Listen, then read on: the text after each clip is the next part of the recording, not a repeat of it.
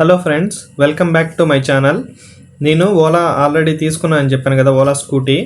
ఇది S1X మోడల్లో నేను తీసుకున్నాను. ఇది వచ్చేసి 4 kW అనమాట. నెక్స్ట్ ఇది 5.5 hours ఛార్జింగ్ అనేది దీనికి నీడ్ ఉంటుంది. ఇది మొన్నే నేను తీసుకున్నాను. దీనికి పూజ అది మొత్తం కూడా చేయించాను. అయితే నేను తెనాల్లో ఉన్న షోరూంలో తీసుకున్నాను ఫ్రెండ్స్.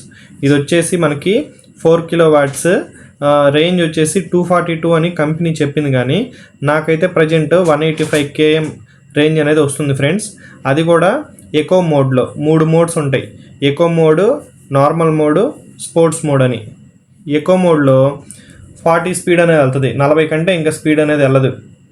అలా యూస్ చేసుకుంటే మనం 185 కిలోమీటర్లు అని చెప్పి చూపిస్తుంది. నెక్స్ట్ నార్మల్ మోడ్లో వచ్చేసి 80 వరకు వెళ్తుంది అనమాట, 80 కిలోమీటర్ల వేగంతో. అది వచ్చేసి మనకి 140 అయితే చూపిస్తుంది. స్పోర్ట్స్ మోడ్లో అయితే 110 చూపిస్తుంది. అంటే ఇప్పుడు మనకేంటంటే 110 స్పీడ్లో వెళ్తుందంటే మీనింగ్ అప్రాక్సిమేట్గా మ్యాక్సిమం 1%కి 1 km వెళ్తుంది అనమాట. స్పోర్ట్స్ మోడ్లో చాలా ఫాస్ట్గా వెళ్తుంది, స్పీడ్ కూడా 110 దాకా వెళ్తుంది. నేను 99, 100 వరకు వెళ్ళాను. ఇక అంటే ఇంకా స్పీడ్ వెళ్తే ఏమవుతుందంటే ఇంకా అన్స్టేబుల్గా అనిపిస్తుంది బండి. వెయిట్ 110 kgs 120 kgs ఉంటుంది అంతే.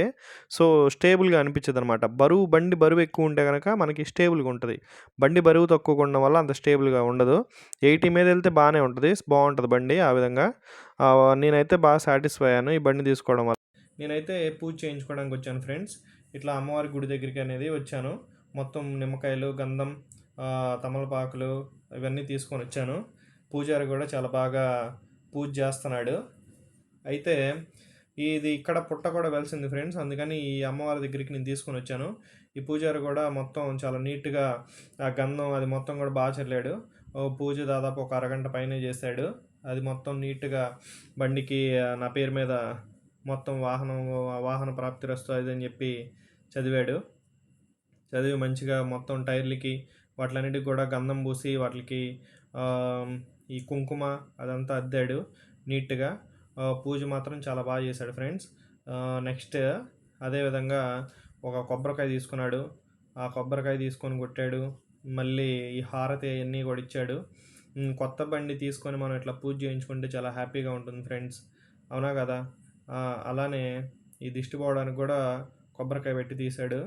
మొత్తం తీసి నీట్గా చేశాడు.